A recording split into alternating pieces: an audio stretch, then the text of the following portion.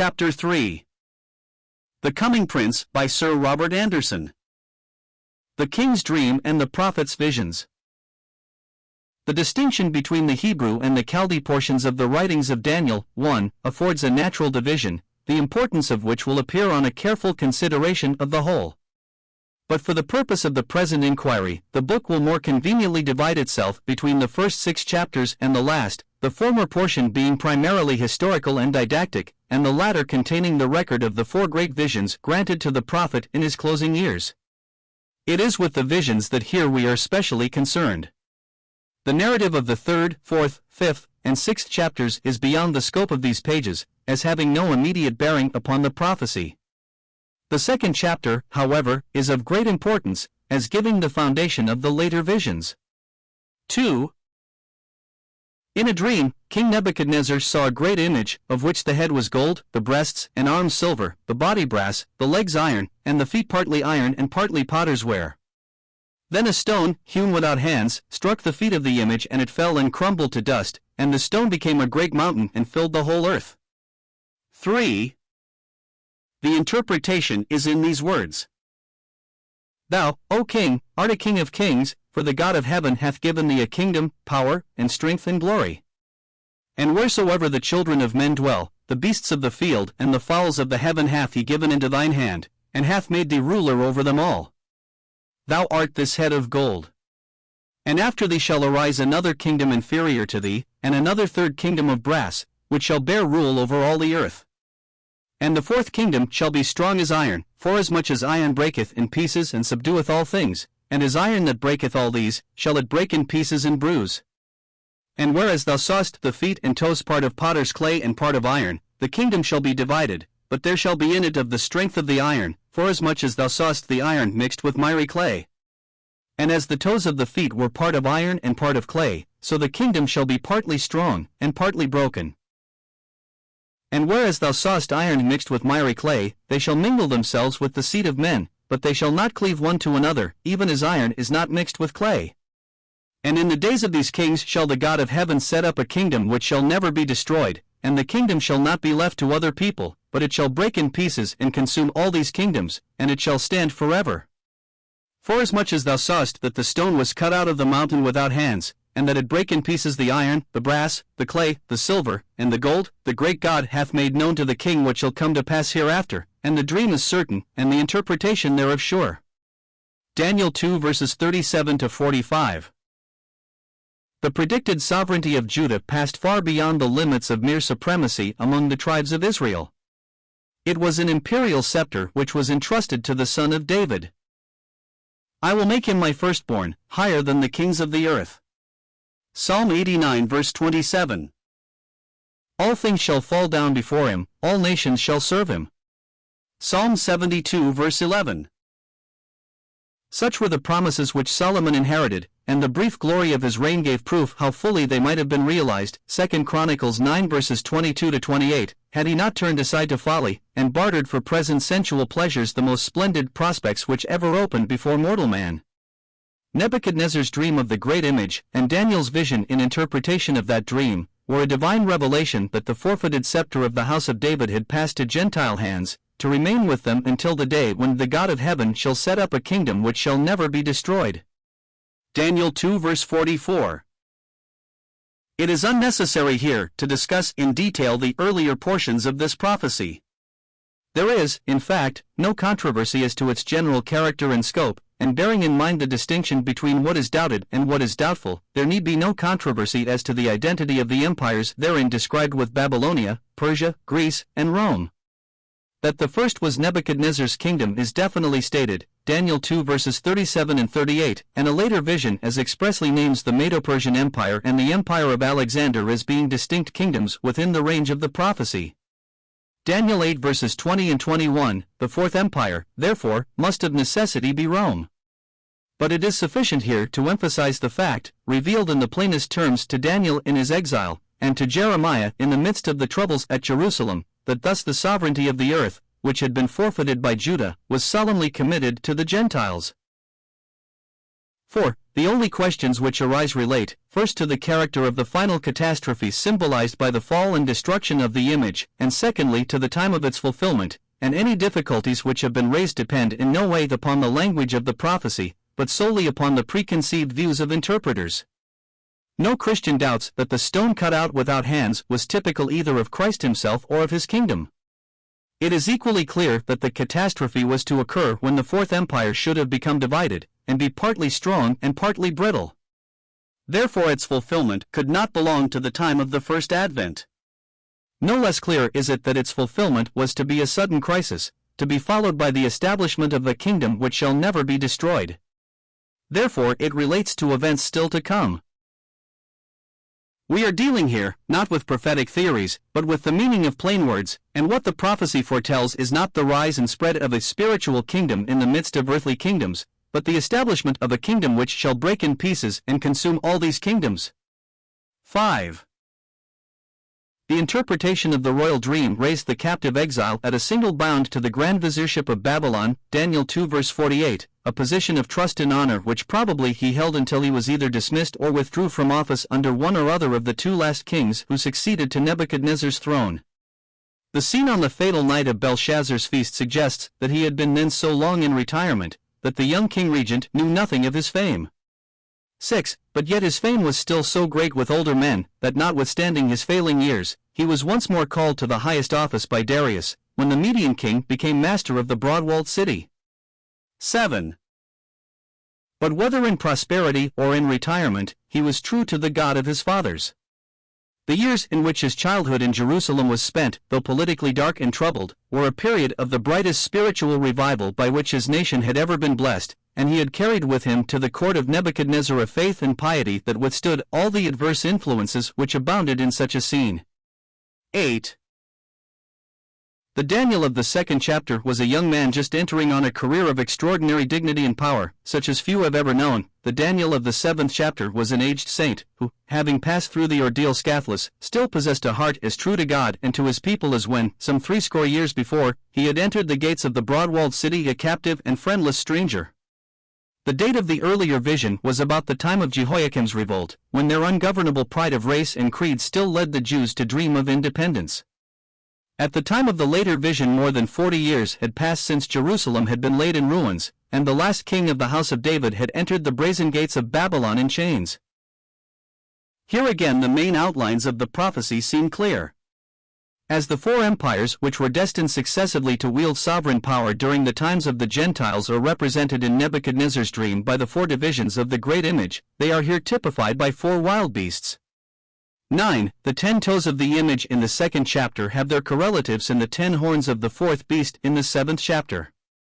The character and course of the fourth empire are the prominent subject of the later vision, but both prophecies are equally explicit that empire in its ultimate phase will be brought to a signal and sudden end by a manifestation of divine power on earth. The details of the vision, though interesting and important, may here be passed unnoticed, for the interpretation given of them is so simple and so definite that the words can leave no room for doubt in any unprejudiced mind. These great beasts, which are four kings, i.e., kingdoms, compare verse 23, which shall arise out of the earth, but the saints of the Most High shall take the kingdom and possess the kingdom forever. Verses 17, 18, the prophet then proceeds to recapitulate the vision, and his language affords an explicit answer to the only question which can reasonably be raised upon the words just quoted, namely, whether the kingdom of the saints shall follow immediately upon the close of the fourth Gentile empire. 10. Then, he adds, I would know the truth of the fourth beast, which was diverse from all the others, exceeding dreadful, whose teeth were of iron, and his nails of brass, which devoured, brake in pieces, and stamped the residue with his feet, and of the 10 horns that were in his head, and of the other which came up, and before whom 3 fell, even of that horn that had eyes, and a mouth that spake very great things, whose look was more stout than his fellows.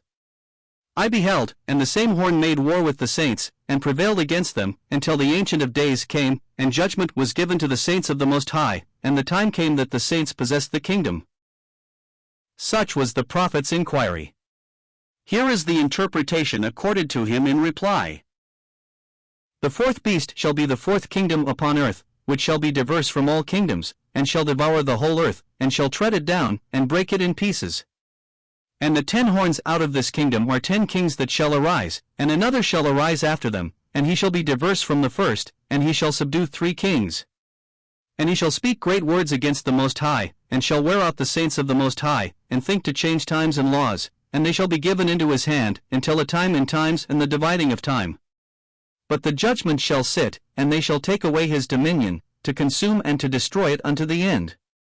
And the kingdom and dominion, and the greatness of the kingdom under the whole heaven, shall be given to the people of the saints of the Most High, whose kingdom is an everlasting kingdom, and all dominions shall serve and obey him. Daniel 7 verses 19 to 27, 11.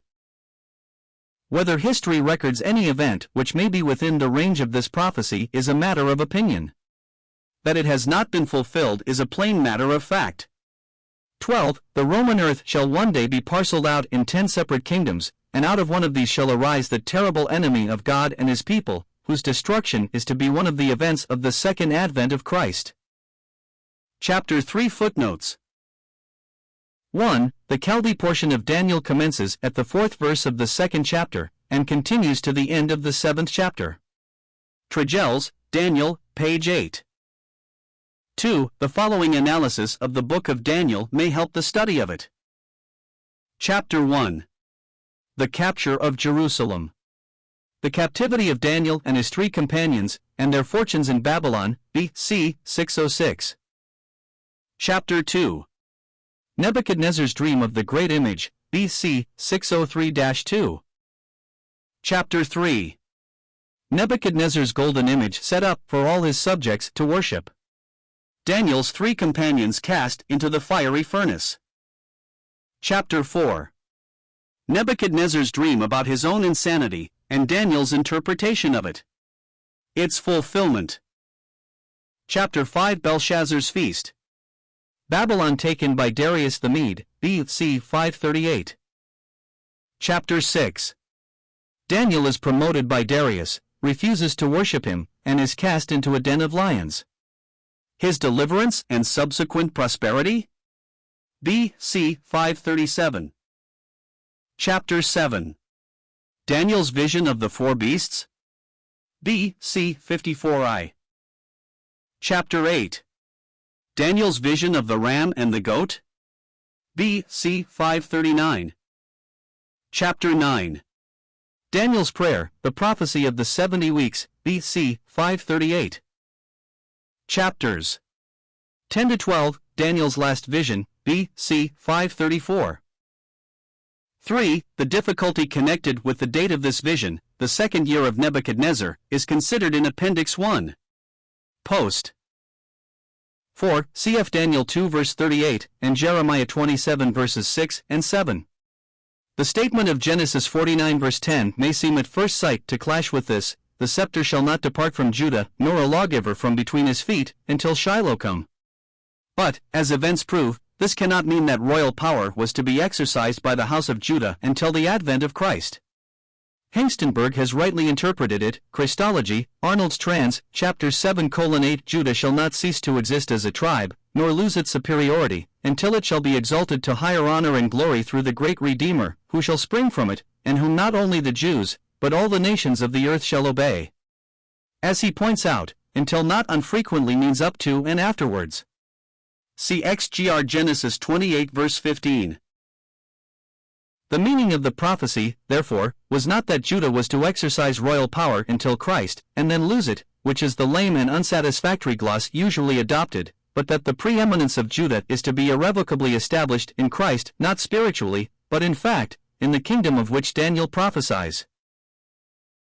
5. To believe that such a prophecy can ever be realized may seem to betoken fanaticism and folly, but at least let us accept the language of Scripture, and not lapse into the blind absurdity of expecting the fulfillment of theories based on what men conjecture the prophets ought to have foretold. 6. This appears from the language of the Queen Mother, Daniel 5 verses 10 to 12. But chapter 8:27 shows that Daniel, even then, held some appointment at the court. 7. Daniel 6 verses 1 and 2. Daniel cannot have been less than 80 years of age at this time. See Chronological Table, Appendix 1. Post. 8. It is improbable that Daniel was less than 21 years of age when placed at the head of the empire in the second year of Nebuchadnezzar. The age to which he lived makes it equally improbable that he was more. His birth would thus fall, as before suggested, about B.C. 625, the epoch of Nabopolassar's era, and some 3 years later was Josiah's Passover, the like of which had never been held in Israel from the days of Samuel. 2 Chronicles 35 verses 18 and 19. 9. The following is the vision as recorded in Daniel 7 verses 2 to 14. Daniel spake and said, I saw in my vision by night, and behold, the four winds of the heaven strove upon the great sea. And four great beasts came up from the sea, diverse one from another. The first was like a lion, and had eagle's wings. I beheld till the wings thereof were plucked, and it was lifted up from the earth, and made stand upon the feet as a man, and a man's heart was given to it. And, behold, another beast, a second, like to a bear, and it raised up itself on one side, and it had 3 ribs in the mouth of it between the teeth of it, and they said thus unto it, Arise, devour much flesh. After this I beheld, and, lo, another, like a leopard, which had upon the back of it 4 wings of a fowl. The beast had also 4 heads, and dominion was given to it. After this I saw in the night visions, and, behold, a fourth beast, dreadful and terrible, and strong exceedingly, and it had great iron teeth. It devoured and brake in pieces, and stamped the residue with the feet of it, and it was diverse from all the beasts that were before it, and it had 10 horns. I considered the horns, and, behold, there came up among them another little horn, before whom there were 3 of the first horns plucked up by the roots, and, behold, in this horn were eyes like the eyes of man, and a mouth speaking great things. I beheld till the thrones were cast down, and the Ancient of Days did sit, whose garment was white as snow, and the hair of his head like the pure wool. His throne was like the fiery flame, and his wheels as burning fire. A fiery stream issued and came forth from before him. Thousands ministered unto him, and 10,000 times 10,000 stood before him.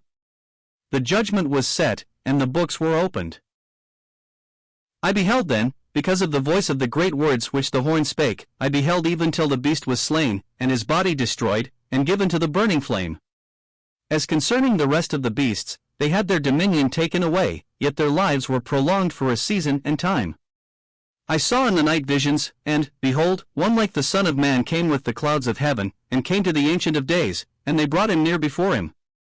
And there was given him dominion, and glory, and a kingdom, that all people, nations, and languages should serve him. His dominion is an everlasting dominion, which shall not pass away, and his kingdom that which shall not be destroyed. 10. Certain writers advocate an interpretation of these visions which allots the 4 kingdoms to Babylonia, Media, Persia, and Greece.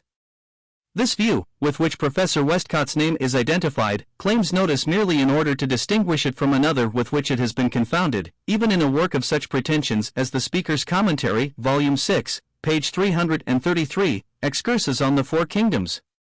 The learned author of the Ordo Seclorum, chapter 616, etc., quoting Maitland, who in turn follows Lacunza, Ben Ezra, argues that the accession of Darius the Mede to the throne of Babylon did not involve a change of empire. These writers further urge that the description of the 3rd kingdom resembles Rome rather than Greece. According to this view, therefore, the kingdoms are first Babylon, including Persia, second Greece, third Rome, fourth a future kingdom to arise in the last days. But as already noticed, page 32, the Book of Daniel expressly distinguishes Babylon, Medo-Persia, and Greece as kingdoms within the scope of the prophecy. 11. Daniel 7 verses 19 to 27. On this vision see Pusey, Daniel, pages 78, 79. 12. The state of Europe at or after the dismemberment of the Roman Empire has been appealed to as a fulfillment of it, ignoring the fact that the territory which Augustus ruled included a considerable district both of Asia and Africa. Nor is this all. There is no presumption against finding in past times a partial accomplishment of such a prophecy, but the fact that 28 different lists, including 65 kingdoms, have been put forward in the controversy, is a proof how worthless is the evidence of any such fulfillment. In truth, the historical school of interpreters have here, as on many other points, brought discredit upon their entire system, containing, as it does, so much that claims attention. See Appendix 2. Note C.